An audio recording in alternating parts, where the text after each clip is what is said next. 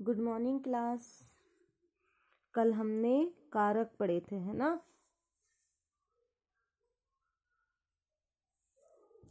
आज हम संधि पढ़ेंगे।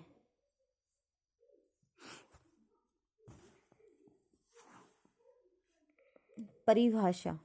वर्णों के परस्पर मिलने से जो विकार या परिवर्तन होता है उसे संधि कहते हैं। संधि करने के लिए प्रथम शब्द के अंतिम वर्ण तथा द्वितीय शब्द के प्रथम वर्ण को मिलाया या जोड़ा जाता है। प्रथम शब्द को पूर्व पद और द्वितीय पद को शब्द को उत्तर पद कहते हैं। पूर्व पद यानी जो पहले आता है और उत्तर पद जो बाद में आता है। संधि किसे कहते हैं? वर्णों के परस्पर मिलने से जो विकार उत्पन्न होता है उसे संधि कहते हैं। वर्णों के परस्पर मिलने से जो विकार या परिवर्तन होता है उसे संधि कहते हैं। संधि करने के लिए प्रथम शब्द के अंतिम वर्ण तथा द्वितीय शब्द के प्रथम वर्ण को मिलाया या जोड़ा जाता है। प्रथम शब्द को पूर्व पद और द्वितीय शब्द को उत्तर पद कहते हैं। अब संधि के भेद। संधि के तीन भेद हैं। संधि के तीन भेद हैं। कौन कौन से? स्वर संधि, व्यंजन संधि, विसर्ग संधि। संधि तीन प्रकार की होती है। कौन कौन सी? स्वर संधि, व्यंजन संधि, विसर्ग संधि।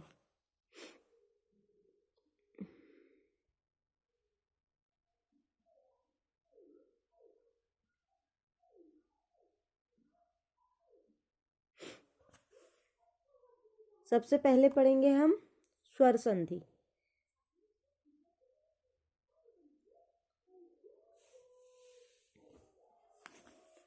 स्वर के सामने स्वर आने पर जो विकार होता है उसे स्वर संधि कहते हैं।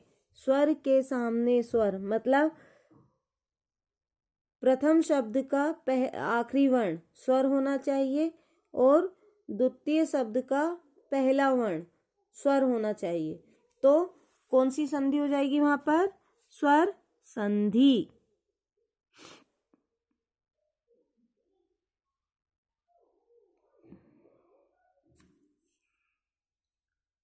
आया समझ? जहां पर पहले शब्द के लास्ट वर्ण में क्या आएगा? स्वर। और दूसरे शब्द के लास्ट वर्ण में भी क्या आएगा? दूसरे शब्द के प्रथम वर्ण में क्या आएगा? स्वर। तो वो कौन सी संधि हो जाएगी? स्वर संधि। अब इन्होंने स्वर संधि को भी 5 भागों में बांट दिया। स्वर संधि के 5 भेद हैं। दीर्घ, गुण, वृद्धि, यण, अयादि और पूर्व रूप संधि। दीर्घ, गुण, वृद्धि, यण, अयादि और पूर्व रूप संधि। स्वर संधि 3 प्रकार की होती है। स्वर संधि, व्यंजन संधि और विसर्ग संधि। तो इसमें हम पढ़ रहे हैं स्वर संधि। तो स्वर संधि के भी 5 भेद होते हैं। कौन कौन से? नंबर 1 दीर्घ, नंबर 2 गुण, नंबर 3 वृद्धि, नंबर 4 यण,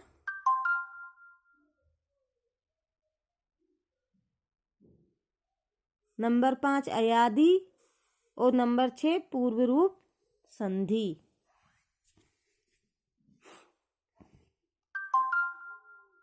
अब हम सबसे पहले पढ़ेंगे दीर्घ संधि। दीर्घ संधि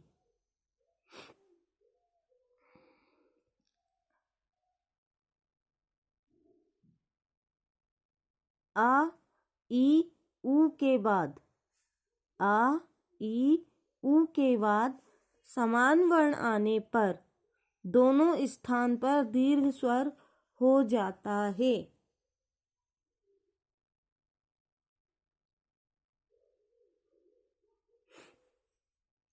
आ, ई, उ के बाद समान वर्ण आने पर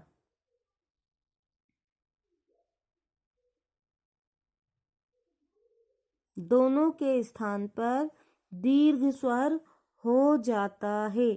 आया समझ? दीर्घ, दीर्घ यानी क्या होता है? बड़ा। दीर्घ यानी बड़ा, है ना। तो यहाँ पर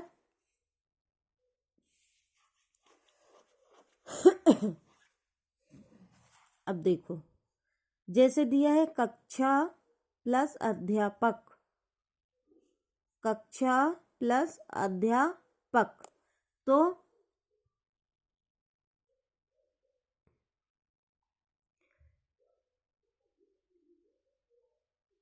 यहाँ पर क्या है? बड़ा स्वर है, बड़ा। और यहाँ क्या कह रहे थे वो कि शब्द के प्रथम शब्द के अंतिम वर्ण स्वर होना चाहिए, तो ये स्वर है, आ की मात्रा आ रही है ना, बड़ा आ है। और प्लस यहाँ पे द्वितीय शब्द के प्रथम वर्ण स्वर होना चाहिए, तो यहाँ पे भी स्वर हो रहा है। तो कक्षा प्लस अध्यापक, कक्षा अध्यापक, तो पहला ये बड़ा आया, फिर प्लस छोटा, दोनों मिला के क्या हो गए? बड़ा। तो क्या हो जाएगा ये? कक्षा अध्यापक। आ का लोप हो जाएगा, छोटा आ और बड़ा आ मिलकर बड़ा आ हो जाएंगे, तो क्या हो जाएगा? कक्षा अध्यापक। ये मैंने पिछले साल भी आप लोगों को समझाए थे। फिर है विद्या प्लस आलय, विद्या प्लस आलय इज इक्वल टू विद्यालय। तो यहाँ पे भी प्रथम वर्ण में, प्रथम शब्द में अंतिम वर्ण स्वर है, आ, बड़ा आ रहा है, और यहाँ पे भी बड़ा आ है, तो क्या हो जाएगा? बड़ा आ मिलके भी क्या होता है? बड़ा आ ही होता है, तो क्या हो जाएगा? विद्यालय।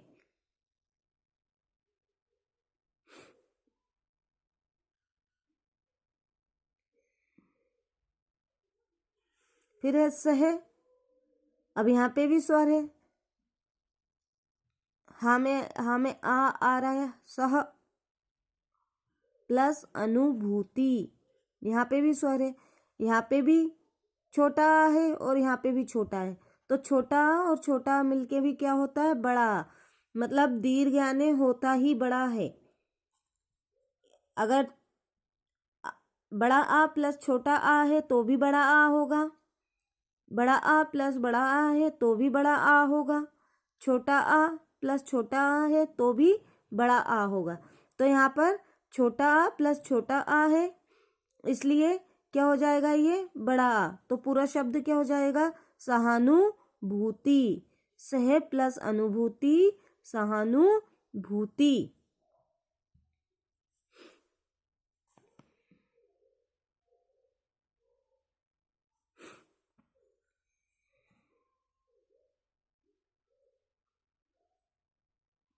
फिर है रवि, अभी ये अपन ने आ की बात करी, अब बड़ी ई की बात करेंगे।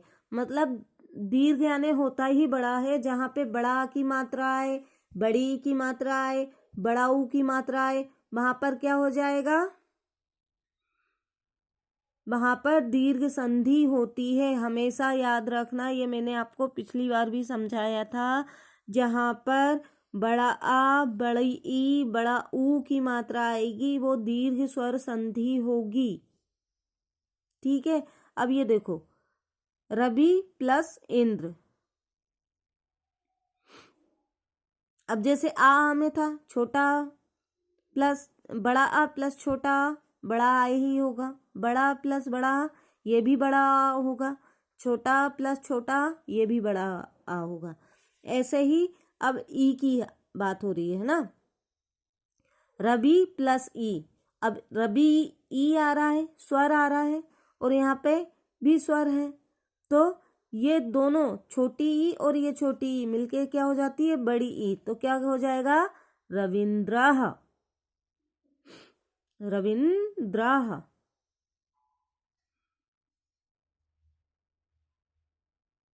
रवि प्लस इंद्र, इंद्रः, रविंद्रः।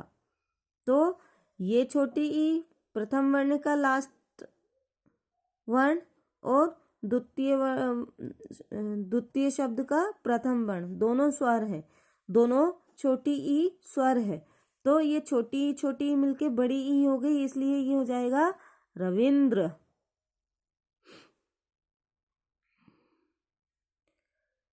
फिर है कवि प्लस ईश्वर, कवि प्लस ईश्वरः। तो यहाँ पर छोटी ई है, कवि में स्वर आ रहा है प्रथम शब्द के लास्ट वर्ण में, और इधर द्वितीय शब्द के प्रथम वर्ण में स्वर आ रहा है ई। तो छोटी ई और बड़ी ई मिलकर क्या हो जाती है, बड़ी ई। तो क्या हो जाएगा, कवीश्वरः। कवि प्लस ईश्वरः इजकल टू कवीश्वरः। ये देखो, छोटी ई प्लस बड़ी ई इजकल टू बड़ी ई।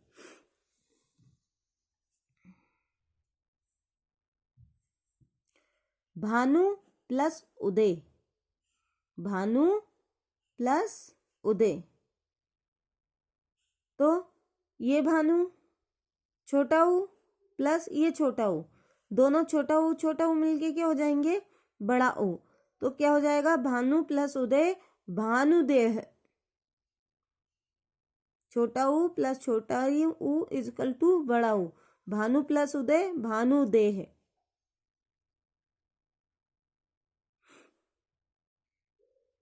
गुरु प्लस उपदेश, गुरु प्लस उपदेश। तो यहाँ पे बड़ा ऊ है प्लस यहाँ पर छोटा ऊ है, दोनों ऊ मिलके क्या हो जाएंगे, बड़ा ऊ। तो क्या हो जाएगा, गुरुपदेशः, गुरुपदेशः।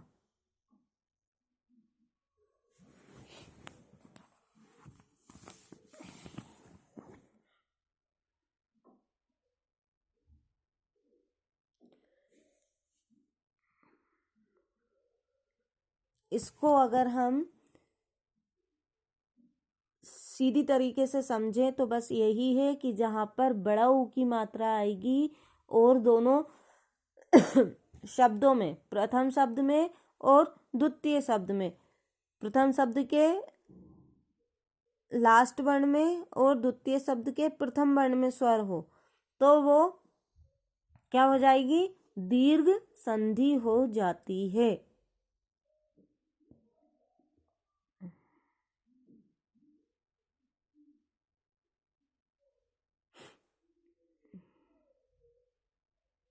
आया समझ ये दीर्घ संधि?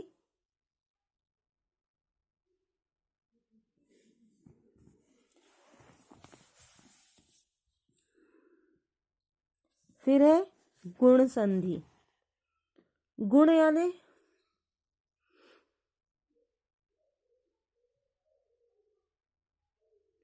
देखो, गुण संधि यदि आ या आ के बाद ई आए तो उसके स्थान पर ए हो जाता है। यदि आ या आ के बाद ई या ई आए तो उसके स्थान पर ए हो जाता है। अब देखो, अभी हमने दीर्घ संधि पढ़ी, उसमें क्या बताया मैंने, जहां पर भी बड़ा आ, बड़ी ई, बड़े ऊ की मात्रा आएगी वहां पर दीर्घ संधि होगी, क्योंकि दीर्घ का मतलब ही बड़ा होता है। अब यहाँ पर वो आई है गुण संधि। गुण संधि में जहां पर भी ए, ओ,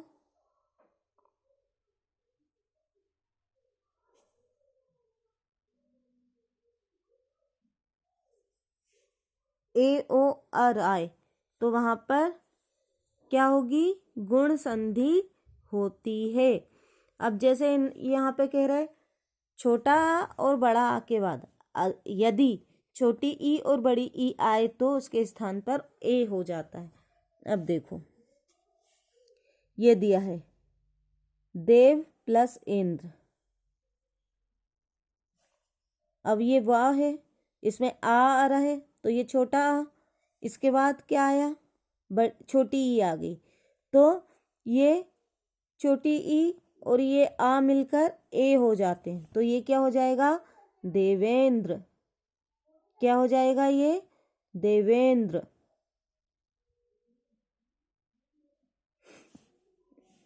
ये आ प्लस छोटी ई इजकल टू ए। फिर है महा प्लस इंद्र। अब यहाँ पे बड़ा आ है और यहाँ पर छोटी ई है, तो ये छोटी ई और बड़ा आ ये मिलके एक ही मात्रा हो जाते हैं, है ना। तो क्या हो जाएगा, ये महा plus Indra is equal to Mahendra. क्यों हो गया ये महेंद्र, क्योंकि इसका नियम ही ये है, यदि छोटा आ या बड़ा आ के बाद छोटी ई या बड़ी ई आएगी तो क्या हो जाएगा उसका, ए। तो यहाँ पर बड़ा आ था और यहाँ पर छोटी ई थी, तो ये दोनों मिलके क्या हो गए, ए। फिर है महाधन ईशाह। अब यहाँ पे भी बड़ा आ है और यहाँ पर बड़ी ई है, ये दोनों भी मिलके क्या हो जाएंगे, ए। तो क्या हो जाएगा, महेश। आ प्लस बड़ी ई इजकल टू ए, दोनों मिलके क्या हो जाएंगे, ए। तो हा में काय की मात्रा हो जाएगी, ए की, और ये आ की मात्रा का और ये ई का लोप हो जाता है, इनके स्थान पर ए की मात्रा आ जाती है। तो महा प्लस ईश महेश।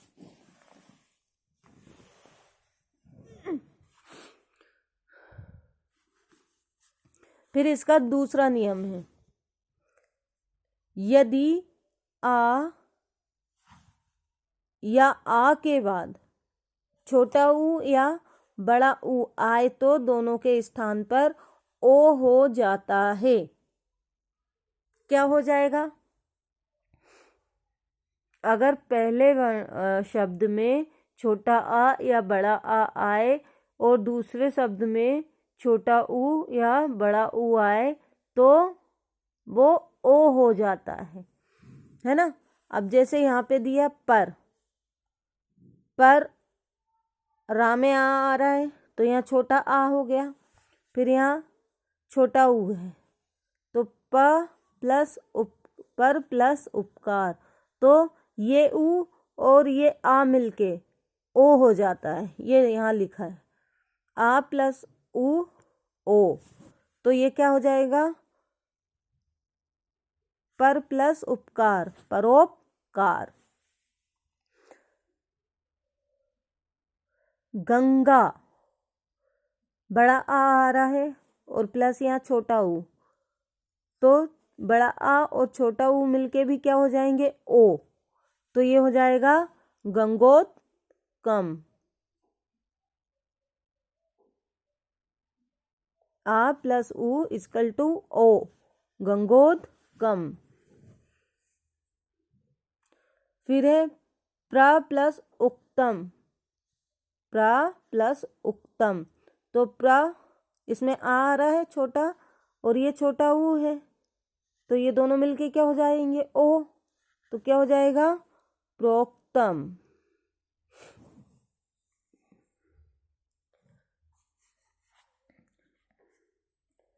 फिर गुण संधि का तीसरा नियम है, यदि आ या आ के बाद री आए तो दोनों के स्थान पर अर हो जाता है।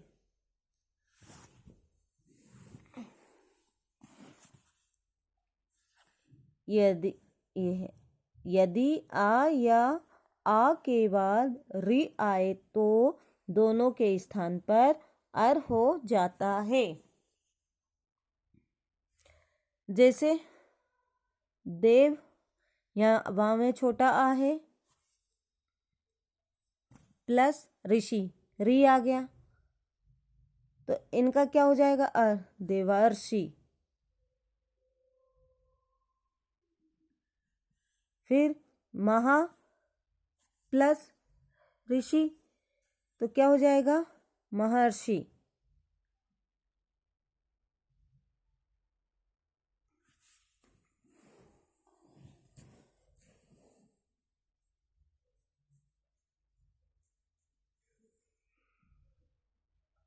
ठीक है, ये हो गई हमारी आज दीर्घ और गुण संधि।